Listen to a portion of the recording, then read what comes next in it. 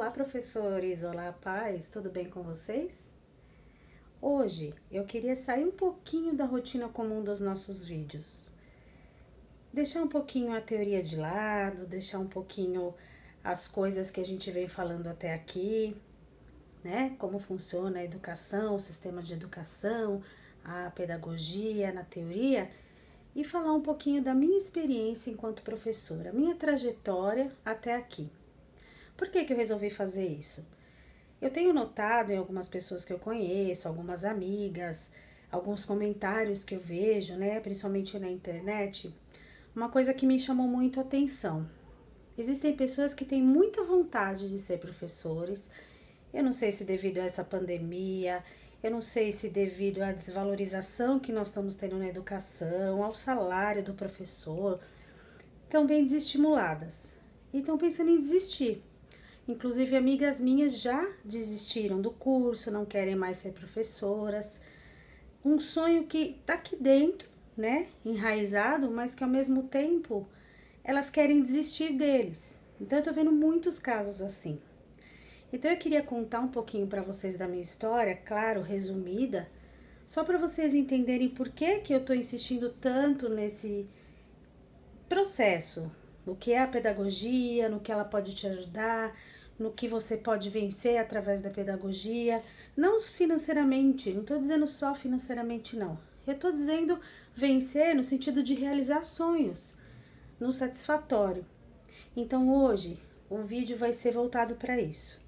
Eu vou falar um pouquinho de como eu comecei, de como eu me empenhei para ser uma pedagoga.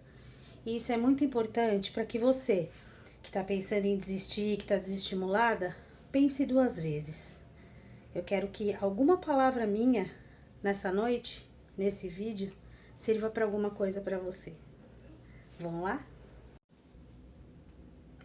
O magistério, a pedagogia, o ensinar, o querer dar aula, entrou na minha vida, acho que desde bebê. Minha mãe sempre professora, uma excelente professora. Eu acho que eu fui convivendo com sala de aula dentro da minha casa, livros, cadernos, apagador, giz, e eu fui me apaixonando cada vez mais pelo ofício de dar aula. Minhas brincadeiras com as minhas amigas, adivinha, escolinha. Então eu ia lá, pegava o avental da minha mãe escondido, colocava os diários de classe dela e eu fazia verdadeiras cadeirinhas e mesinhas mesmo, ou para as bonecas, né? Ou então chamava a turminha da rua e juntava todo mundo. Eu sempre queria ser a professora, eu sempre queria ensinar. E a minha brincadeira era escolinha, a principal brincadeira. O quintal da minha casa era muito grande, então eu aproveitava toda aquela ludicidade infantil, né, do mundo da brincadeira, e daquele quintal eu fazia a minha escola. Então tinha a hora do recreio, tinha a hora onde as crianças tinham que fazer a lição, eu corrigia, eu punha aquele certo, né, aquele certo bem desengonçado, que a criança ainda não tem nem muita coordenação para fazer, mas eu me achava a professora. Quando eu mudei daquela casa e fui para um apartamento um pouco menor, a escadaria do apartamento era uma sala de aula. Então eu juntava a molecada também e cismava de dar aula para essas crianças. Só que eu era um pouquinho maior, tinha um pouquinho mais de discernimento e eu realmente dava aula para eles.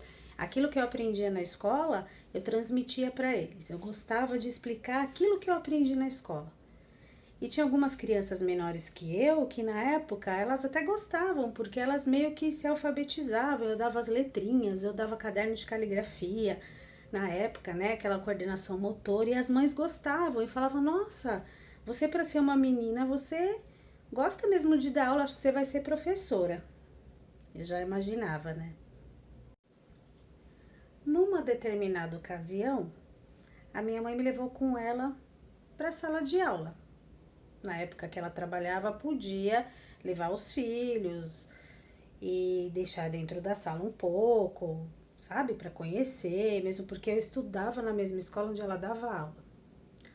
E ela precisou dar uma saída da sala e falou: fica um pouquinho aqui com eles, porque eu preciso ir até a secretaria, enfim, eu não lembro o que ela foi fazer. Pensa numa criança solta na Disney. Foi a sensação que eu tive. Falei, meu Deus, eu tô sozinha aqui com todos esses alunos. Era uma sala enorme, acredito que de terceiro ano. Eu era um pouco mais nova que eles, eu tinha por volta de 12 a 13 anos. E uma sala bastante agitada, era uma sala que tinha crianças indisciplinadas. E aí eles aproveitaram que minha mãe saiu, aí eles começaram a fazer aquela algazarra, né? E eu, sempre com aquele jeitinho meu dentro de mim, eu falava, eu quero ser professora, mas como que eu vou lidar com isso? E se a minha sala fizer essa bagunça, como que eu vou fazer? De repente, eu lembro que eu dei assim um tapa na mesa, eles se assustaram. Aí eu falei assim, pode sentar todo mundo. Vamos respeitar, vamos parar com isso, que agora eu vou começar a anotar o nome dos indisciplinados aqui e vou passar para a professora. Na mesma hora eles sentaram, ficaram quietinhos assim, ninguém mais abriu a boca, ninguém mais deu um pio. Foi nesse dia que eu falei, é isso mesmo que eu quero. Porque eu consegui dominar o comportamento de uma sala de aula. Quando eu entrei lá, para mim aquilo foi como se fosse uma criança numa loja de brinquedos. E eu senti meu coração acelerar. Eu falei, é isso mesmo que eu quero ser. Então daqui para frente eu vou me empenhar para ser professora. E eu mudei quando eu fiquei adolescente, quando eu fui para o primeiro colegial, eu resolvi fazer um técnico que seria o magistério. Naquela época existia o magistério nos anos 90 e você entrava no magistério, primeiro ano de magistério você já poderia dar aula. Desde que a escola gostasse de você, que você passasse nos testes, você já poderia ser uma professora. E eu entrei no primeiro magistério, noturno. E no magistério é diferente um pouco da pedagogia, o sistema de ensino, porque nós trabalhávamos mais na prática do que na teoria. A pedagogia a gente vê muita teoria, tem muitos filósofos, muitos pensadores. No magistério era na raça, era na prática. Então você tinha que dar aula prática, você tinha muita exposição de trabalho, de aulas, né, na lousa. Tinha professoras de didática, tinha professoras que observavam como você falava, como você se comportava. E assim foi indo. Logo no primeiro magistério, eu tinha por volta de 16 para 17 anos, eu fui procurar um emprego e consegui. O sistema não era tão moderno. Você não enviava um currículo e aguardava chamar. Você ia, preenchia uma ficha, depois de um dia ou às vezes no mesmo dia elas falavam, então tudo bem, então você vai fazer um teste, se você passar no teste a gente vai ver da possibilidade de você se encaixar na vaga ou não. E uma determinada escola me chamou, primeira vez que eu pisei dentro de uma sala de aula na minha vida. Ela falou para mim, a diretora, então amanhã você esteja aqui com uma aula pronta de alfabetização, você vai ensinar a letra A. Que técnicas que você vai inventar para isso, fica a seu critério. Falei, tudo bem. Estudei aquela técnica, como que eu ia fazer, se era com musiquinhas, se era por coordenação motora, pontilhismo, né, para cobrir os pontinhos. Eu tinha que ter aqueles minutos para ensinar a letra A. Então ia ser observado se eu estava nervosa, se eu ia tremer, se eu ia gaguejar. Lá fui eu pro bendito teste. Quando eu chego, eu achei que era eu a diretora. Nada. Sabe essa banca examinadora do The Voice Brasil que vocês assistem, do The Voice Kids, que tem aquela banca com um monte de gente? Quando eu entro na sala, tinha coordenadora, psicóloga, eu acho que a diretora estava presente também, professoras, fonoaudióloga, para ver se você se expressa bem. Eu sei que era uma base de umas 8, 9 pessoas. Eu tremia dos pés à cabeça. O que é uma menina de 16 para 17 anos? Mas aí logo em seguida me veio na cabeça assim, se elas conseguiram, se elas estão aqui, elas passaram por tudo isso que eu estou passando. Ninguém nasceu sabendo. Ninguém saiu da barriga da mãe dando aula. Então eu acho que eu vou conseguir sim. Tremendo por dentro do jeito que eu tava, eu virei pra lousa de lado, nunca de costas para elas, né? E elas só anotando. Aí eu comecei a explicar a letra A, não sei o que, como fazia. E eu comecei a me direcionar a elas como se eu falasse com criança. Agora nós vamos pegar o lápis e vamos cobrir os pontinhos, tal. E elas só anotando. Eu falei, alguma coisa elas vão me falar no final. E eu ainda adequei uma musiquinha da letra A, da abelhinha, e cantei. No final da aula, elas falaram para mim: pode sair, a gente já dá um parecer para você. Eu falei: pronto, com certeza eu não dou pra coisa, né? Não vai dar certo. Você já fica nervoso. Aí quando eu saio, elas me chamaram e falaram: olha, você pode começar amanhã, nós vamos te dar uma pré-escola. Eu espero que você se adapte, se tiver algum problema, a gente fala com você. Você vai ficar uns 3 meses aí de experiência. Nossa, eu dava pulo de alegria, eu achava que eu não ia conseguir, eu tinha medo.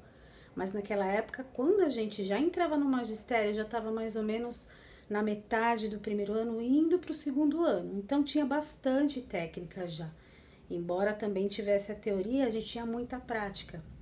Pelo menos a didática, de como você vai passar a alfabetização para criança, a gente já tinha. Então eu fiquei um tempinho nessa escola, tudo, e dentre essas, muitas outras foram surgindo. A partir daí, muitos problemas, muitos percalços foram surgindo na área escolar. Eu tive muitas inclusões em sala de aula. Nos próximos vídeos a gente vai ver se fala sobre o autismo. Eu tive 3 autistas severos. Isso mais pra frente, né? Depois de formada, depois do 4º ano de magistério, tudo. Mas no decorrer do magistério, eu dei bastante aula para bastante séries, né? Pré-escola, algumas séries iniciais do fundamental.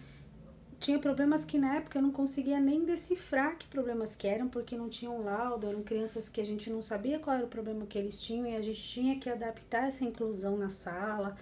Então foram inúmeros problemas, que com esses problemas eu acabei pegando mais experiência no sentido de lidar, saber lidar com as diferenças dentro da sala de aula. Só que o problema maior estava por vir. Na época do magistério, quem fizesse pedagogia era somente quem queria ser diretora de escola, quem queria comprar uma escolinha, administrar uma escola, ou então futuramente ser coordenadora pedagógica.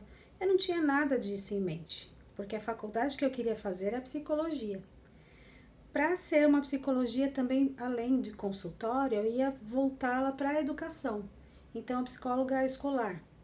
Então eu falei: eu não tenho interesse de fazer pedagogia, eu não vou fazer porque não é minha praia, não quero isso, eu quero ser psicóloga. Talvez eu entre na área escolar, dê continuidade ao magistério. E foi o que eu fiz. Fui para psicologia achando que eu conseguiria resolver o problema de poder dar aula tranquilamente. Porém, com o passar dos anos, as portas começaram a se fechar para mim. Como eu não tinha pedagogia, eu levava o currículo, a diretora olhava, o dono da escola olhava, sempre a mesma conversa. Olha, você tem um currículo bom, você tem bastante experiência, tô vendo aqui que você tem prática, mas infelizmente eu não posso pegar você porque você não tem a pedagogia. Eu falava: eu não acredito. Não, não pode. Tem uma nova lei agora que o magistério, na verdade, não tá valendo mais nada. Eu fiquei revoltada demais com isso. Eu falei: como não tá valendo mais nada? A gente faz 4 anos de magistério, a gente tem uma carga horária boa dentro de sala de aula e não vale mais nada. Quer dizer, o que vale é o papel, a experiência não tá valendo mais. E todos os diretores, os gestores falavam para mim: não, infelizmente, sem pedagogia não tem como. E naquele momento eu não tinha condições financeiras de fazer pedagogia. Então eu pensei: quer saber? Com tantas portas se fechando, eu não quero mais dar aula. Vou desistir, não quero mais saber. Já dei o que tinha que dar, eu não quero mais seguir esse caminho da educação. Eu gostava dentro de mim, eu sabia que eu queria aquilo, mas eu não dava o braço a torcer e falava: também não quero mais dar aula. E fui trabalhar em outras coisas que não tinham nada a ver, empresas que não tinham nada a ver com magistério, com pedagogia.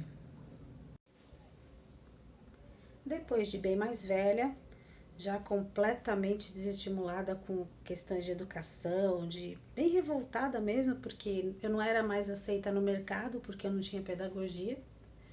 O marido chega para mim e fala: hoje é seu aniversário e o meu presente para você vai ser diferente. Você pode até não gostar, mas mais para frente você vai me agradecer. foi lá e fez a minha matrícula no curso de pedagogia. No começo eu fiquei meio assim, falei, é agora, né? Depois de tanto tempo, voltar a estudar, ninguém merece, não. Eu nem sei se é isso que eu quero. E conforme o tempo foi passando, eu fui me apaixonando novamente e percebendo que a psicologia, o magistério, eles serviram de complemento para a pedagogia. Então, essas informações que eu gosto de passar aqui no vídeo para vocês, sabe? Eu também dou uma estudada antes de falar para não falar besteira para vocês, mas também tem uma base de um longo tempo de caminhada que eu me dediquei bastante. Então, hoje eu agradeço a oportunidade de ter voltado. Então, eu sei que eu não vou parar por aqui. Embora agora eu seja mais velha, né? Porque naquela época as coisas eram bem mais fáceis.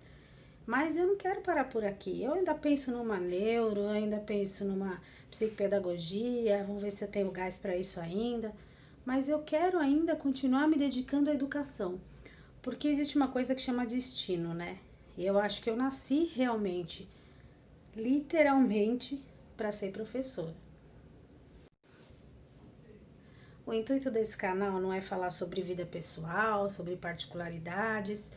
O intuito é sempre passar alguma informação, trocar experiências, porque eu também estou aprendendo bastante com vocês em termos pedagógicos. Tudo que eu não sei eu vou pesquisar. Só que dessa vez eu quis falar um pouquinho de mim para que você não perca a sua esperança. Para que você, se você tem a certeza que você quer ser professor, professora, tá aí no comecinho, será que eu vou mesmo? Será que eu não vou? Ou queria começar, mas tá estimulada totalmente? Vá em frente. Nunca é tarde para realizar um sonho. Toda essa minha trajetória que eu contei para vocês, resumidamente, porque foram muitos anos de caminhada e muita coisa queria me fazer desistir, e ao mesmo tempo eu não permiti que isso entrasse na minha cabeça, porque alguma coisa mais forte, alguma coisa maior estava preparada para mim. Eu tinha certeza que a minha missão era transmitir conhecimentos e receber também conhecimentos de outras pessoas. Então essa troca desse canal é para isso. A gente está aqui para ouvir e para falar. Por isso que eu peço sempre que vocês deixem os comentários e perguntem, porque eu também estou aprendendo bastante. Eu não parei por aqui. Então não pare no tempo. Estude, vá atrás. Hoje nós temos a facilidade da tecnologia, a internet às nossas mãos, para a gente poder pesquisar. Naquela época que eu comecei não tinha isso. Tinha só a biblioteca que a gente tinha que levar livro, trazer livro, tirar xerox. Hoje não, você tem na palma das mãos o conhecimento que você precisa. Então, é esse o recadinho que eu queria passar para vocês hoje.